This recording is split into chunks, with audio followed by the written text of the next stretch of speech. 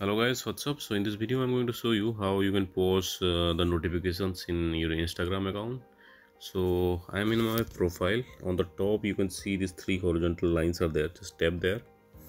Now on the bottom you can see the settings. Just tap there again, and here in the screen you can see notifications. Just tap there. Once you are in this page, below push notification you can see pause all.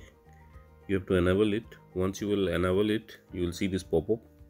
Just select any of this, like suppose you want to pause for 2 hours, just tap on 2 hours and you are done. So for 2 hours now all the notification from Instagram are paused. So that's it guys. Likewise you can pause the notification from Instagram. So thanks for watching the video guys. See you in the next video.